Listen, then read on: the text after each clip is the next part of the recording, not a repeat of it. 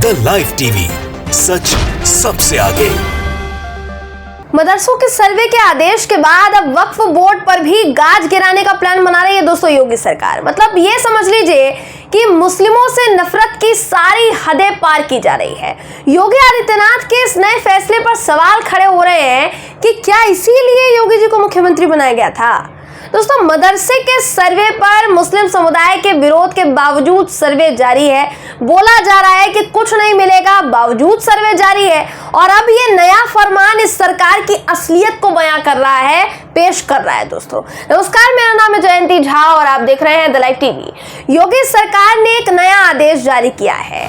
इस आदेश के तहत योगी सरकार अब वक्फ संपत्तियों की भी जांच कराएगी, क्योंकि उनका ऐसा मानना है कि कई वक्फ संपत्तियां अवैध है। बिल्कुल उसी तरीके से जैसे इनका मानना था कि मदरसों में अवैध चीजें चल रही है, आतंकवादी गतिविधि चल रही है। आपको इस वक्त लाइव हिंदुस्तान की खबर में दिखा रही हूं। ये खबर कहती है कि यूपी में अब मदरसों के बाद वक्फ बोर्ड का रिकॉर्ड खंगालने की तैयारी कर रही है योगी सरकार।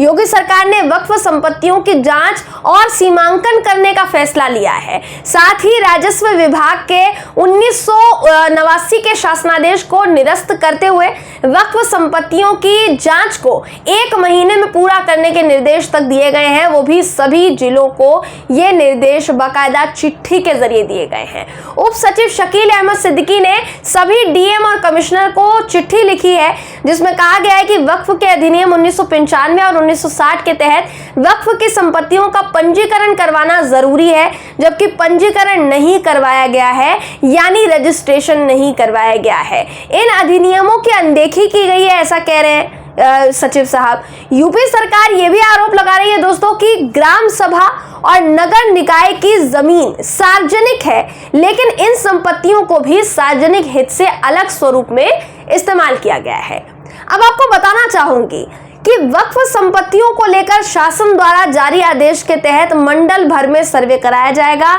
जल्द ही इसकी रिपोर्ट मांगी गई है। योगी जी ने इसकी रिपोर्ट 1 महीने के भीतर मांगी है। अब सवाल देखिए क्या है। सवाल ये कि ये सर्वे और इस सर्वे करवाने के कारण सरकार को अभी ही क्यों याद आए, इससे पहले सारे कारण ये वजह क्यों नहीं याद आए। वक्फ बोर्ड की संपत्तियों का पंजीकरण ना होने का आरोप अगर सरकार लगा रही है तो इन आरोपों की जिम्मेदार तो सरकार भी हुई, क्योंकि आपने पहले ये नहीं खंगाला। अब आप बोल रहे हैं कि ऐसा है तो कैसे विश्वास किया जाए।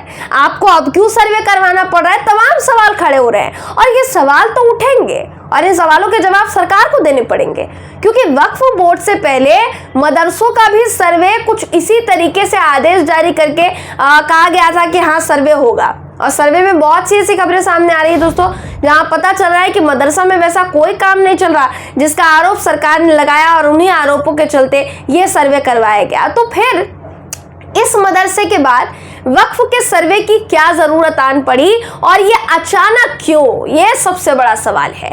देखिए, मदरसे या फिर वक्फ की संपत्तियों का सर्वे करने में कोई बुराई नहीं है, ये तो उलेमाओं का भी कहना है। हाल ही में दारुल उलूम की जो बैठक हुई थी उसमें यही कहा गया था कि हम तो मदरसों के सर्वे में पूर्ण रूप से सरकार का सहयोग करने के लिए राजी हैं, हम बिल्कुल विरोध नहीं करेंगे। लेकिन सवाल ये भी पूछना चाहते हैं कि सिर्फ मदरसों का ही सर्वे क्यों करवाया जा रहा है, दूसरे धार्मिक संस्थानों का सर्वे आखिर क्यों नहीं करवाया जाता। और अगर दूसरे धार्मिक संस्थानों का सर्वे नहीं हो रहा है तो फिर वक्फ और मदरसों का ही सर्वे क्यों, मदरसों का ही सर्वे आपको क्यों करवाना है।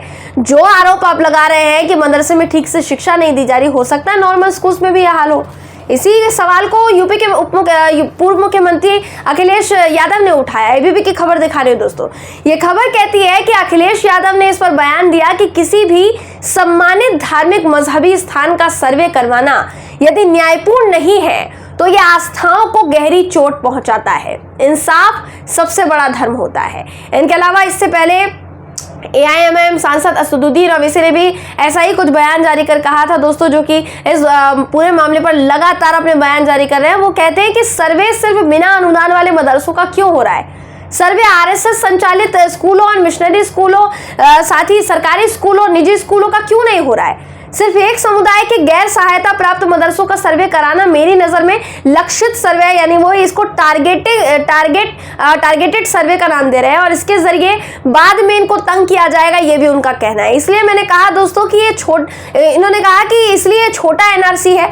अगर आप वाकई सर्वे करवाना चाहते हैं तो सभी संस्थानों का सर्वे करवाइए। देखिए, सवाल बेशक उठ रहे हैं, मुस्लिम समुदाय के लोग भी सवाल उठा रहे हैं कि आखिर अचानक से सर्वे क्यों याद आया, और विपक्ष के नेतागण भी इसी मुद्दे पर सरकार को घेर रहे हैं। मगर दारुल उलूम देवबंद की ओर से देश भर के मदरसा संचालकों को एक अहम संदेश दिया गया दोस्तों, जो वाकई देखिए काबिले गौर है, काबिले तारीफ भी है। स्क्रीन पर मैं आपको हिंदुस्तान लाइव की खबर दिखा रही हूँ। ये खबर कहती है कि दारुल उलूम की ओर से मदरसों के सर्वे को लेकर जो सम्मेलन रखा गया था हाल ही में, उस सम्मेलन में दारुल उलूम और यहाँ के उलेमाओं ने सर्वे का समर्थन किया।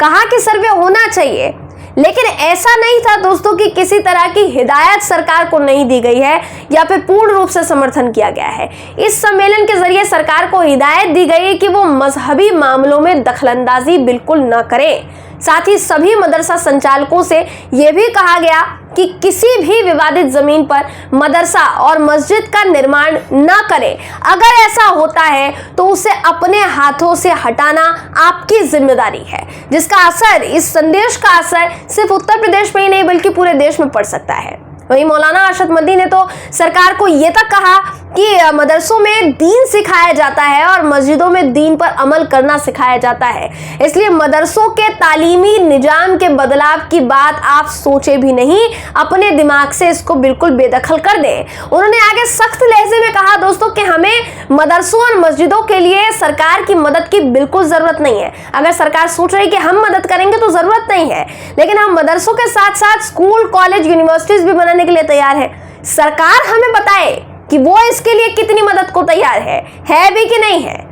तो योगी सरकार से सवाल पूछे गए कि सरकार से गैर मान्यता प्राप्त मदरसों का सर्वे किया जा रहा है, आप बेशक वो सर्वे करवाएं, कोई इनकार नहीं कर रहा है, लेकिन अगर सर्वे कराने का मन बनाया है तो शिक्षा को आगे बढ़ाने में हमारी मदद करेंगे या फिर नहीं, ये भी जरा बताएं हमें। ये सवाल पूछा जा रहा है। इस सवाल का जवाब योगी सरकार ने अभी तक नहीं दिया है दोस्तों, क्योंकि इन सर्वे के जरिए वो क्या करना चाहते हैं ये सबकी समझ में आ रहा है। साथ ही आपको बताना चाहूंगी कि सिर्फ यूपी का ही हाल नहीं है, सिर्फ यूपी में ही वक्फ और मदरसों का सर्वे कराने की आहट सुनाई नहीं दे रही है, बल्कि उत्तराखंड में भी यही हो रहा है।